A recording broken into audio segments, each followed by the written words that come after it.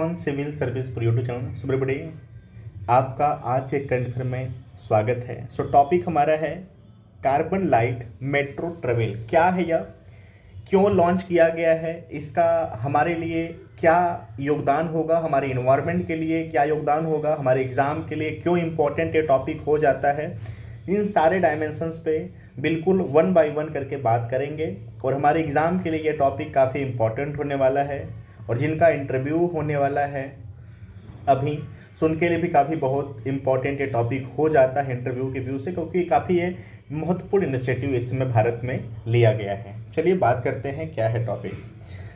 Carbon light metro travel, पहले कि ये टॉपिक आप नोट डाउन कर लीजिए अपने शॉर्ट नोट्स में क्या है।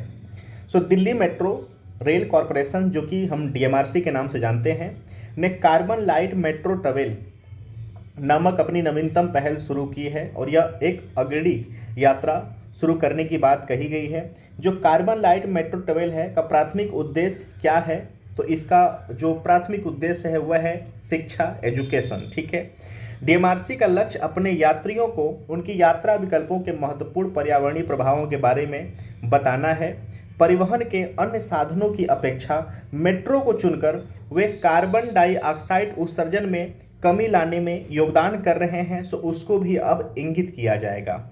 भाई, हमें अगर 5 किमी की यात्रा करनी है दिल्ली में, ठीक है, सो हमारे पास बहुत सारे विकल्प हैं। हम ओला, उबर ऐसे एजेंसियों को हायर कर सकते हैं या ऑटो का सुविधा ले सकते हैं, बस से जा सकते हैं, लेकिन हम मेट्रो ही चूज कर रहे हैं। तो उससे हमें क्या क्या फ़ायदा हो रहा है।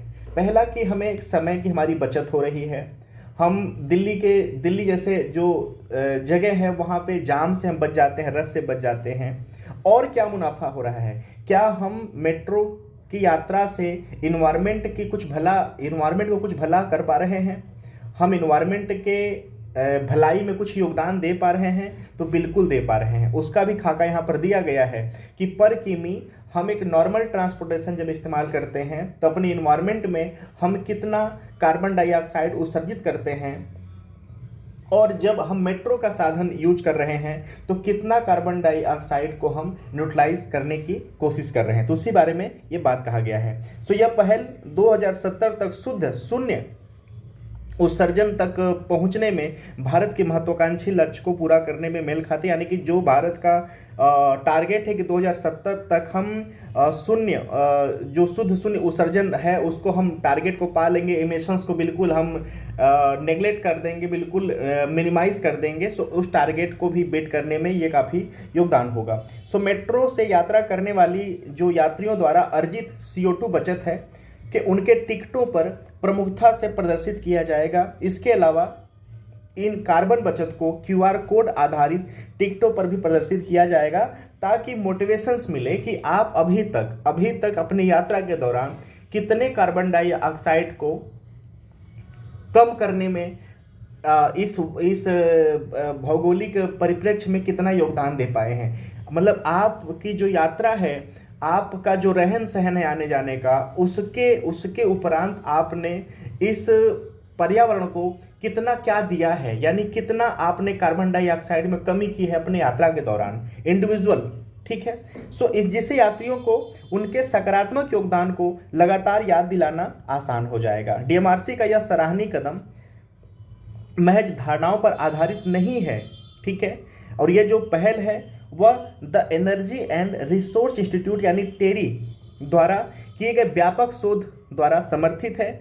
और निष्कर्षों के अनुसार सड़क वाहनों के बजाय मेट्रो यात्रा करने वाले प्रत्येक किलोमीटर के लिए जो कार्बन डाइऑक्साइड है उत्सर्जन में 32.38 ग्राम की पर्याप्त कमी होती है। यानी कि आप पर किमी का जो यात्रा है, आप एक नॉर्मल साधन की अपेक्षा जब आप मेट्रो को चूज करते हो तो पर किमी का आप 32.38 जो ग्राम CO2 है, ठीक है, इसके उत्सर्जन की कमी कर रहे हैं आप। पर्यावरण संरक्षण के क्षेत्र में डीएमआरसी के प्रयास कोई नए नहीं हैं। रीजनेबल ब्रेकिंग जैसे अपने नवोन्मेषी दृष्टिकोणों के सौजन्य से इस निगम को कार्बन क्रेडिट अर्जित करने वाला दुनिया भर में पहला रेल आधारित संगठन होने का विशिष्ट सम्मान प्राप्त है।